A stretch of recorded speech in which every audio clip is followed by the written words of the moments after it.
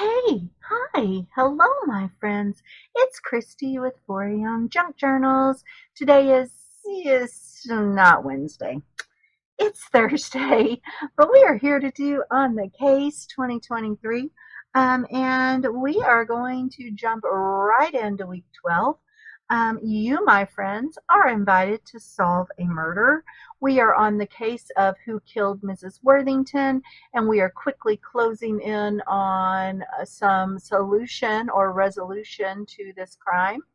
Um, so we are at week 12. No news is no news. Before we jump right in here, I just wanted to say that law enforcement has asked me to express to all of you their deepest apologies for the lack of interaction recently, the inconsistency, and the delays in both answering questions and getting new information out. The investigation is underway, but law enforcement and your host have had some personal difficulties and professional difficulties, and we're getting there. We are getting there. We are back. We are working hard, but I, I I appreciate your continued patience with me. Don't give up. We're having a good time. I don't want to ruin the mojo here for solving the case. I'm trying very hard to get back to a state of normalcy. So, all of that said, we are on the case. We are doing interviews. Interviews and background investigations continue this week. We don't have anything new and startling, but we do have just a continuance of those interviews and investigations. Um, Again, we apologize that those are coming so slow, but they are coming, and I will keep working at that. Now, the other thing that law enforcement is currently doing is we are looking for lavender. As you know, lavender supposedly, according to the people at the airport, to the airport security, lavender bought a ticket for Greece on the day she disappeared. Presumably on the day she disappeared. Um, and we have not been able to locate her. She does not answer her phone. We have not been able to locate her. She has, for all intents and purposes, just disappeared. We did do a complete investigation of the mountain cabin. She was not there.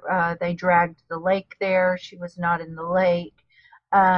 So, yeah, we're assuming at this point that she actually used that ticket to Greece. However, we do not have any solid evidence for that.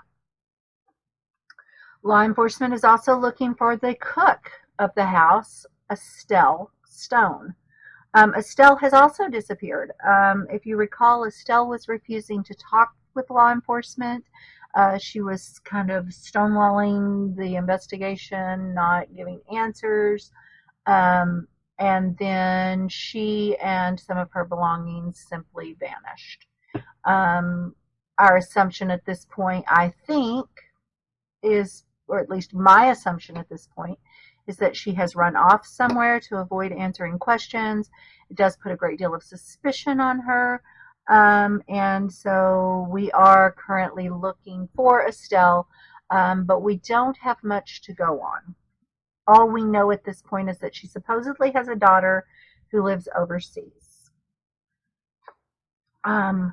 If you recall, at the end of last week, we left off with the appearance of a mystery woman who came to law enforcement asking for Jackson Shaw.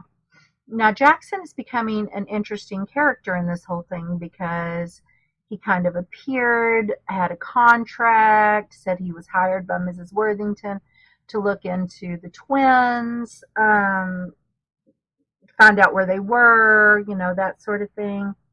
And, oh, excuse me. Um, but then we discovered that Jackson Shaw did not actually have a private investigator's license. And we were kind of having some trouble finding out anything about him. It was kind of like he didn't really have a history of any sort. And then um, when we looked at the video surveillance from the outside the art studio on the day that Mrs. Worthington was murdered, we see that Jackson Shaw actually went to her art studio on that day, but stayed only 2 minutes. And the time of day that he was there would have been presumably after she was murdered. So it leads one to think, did he walk in and find her body and just leave and not say anything? Sorry, I'm just putting some lotion on my hands. So he's becoming an interesting character. And then as we're kind of processing all of that, this mystery lady appears and she's asking for him. So, yeah, that's kind of interesting.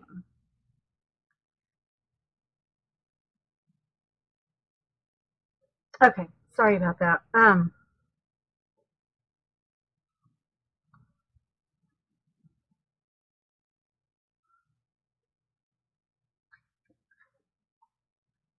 So, as I was saying, so the mystery woman has come and she's asking about Jackson Shaw, and she proceeds to introduce herself to law enforcement. And as it turns out, this lady is Stasia Shaw. She is Jackson Shaw's wife.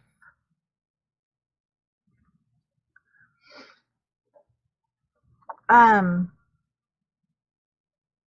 Law enforcement also obtains Maxwell's DNA test results. We have been interested in getting those DNA test results to see, what it actually says, to see it for ourselves, because we have Letitia's word and Sebastian's word that these test results conclusively proved that Sebastian was Maxwell's father, but we haven't actually seen those DNA test results. So we did obtain a copy of the DNA test results, and as it turns out, they do show that Sebastian is Maxwell's father. Unfortunately, in this in revealing the paternity of Maxwell within the investigation, that news got to Albert. And Albert is furious and hurt and very upset, and he kicks Letitia out of the house. Letitia is angry. Letitia is upset.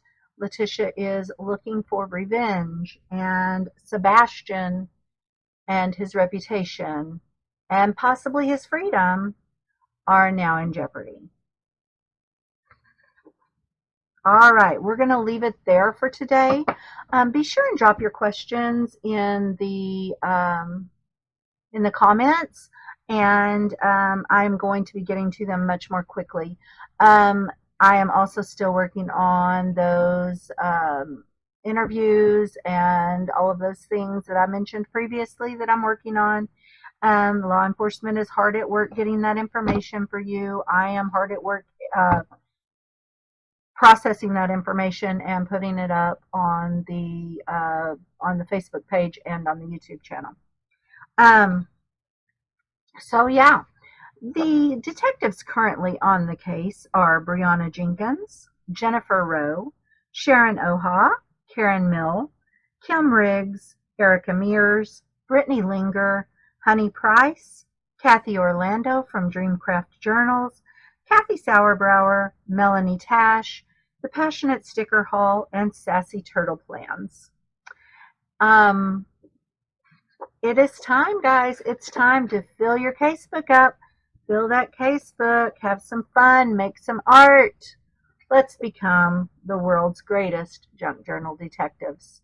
I'll talk with all of you again soon. Bye for now. Bye.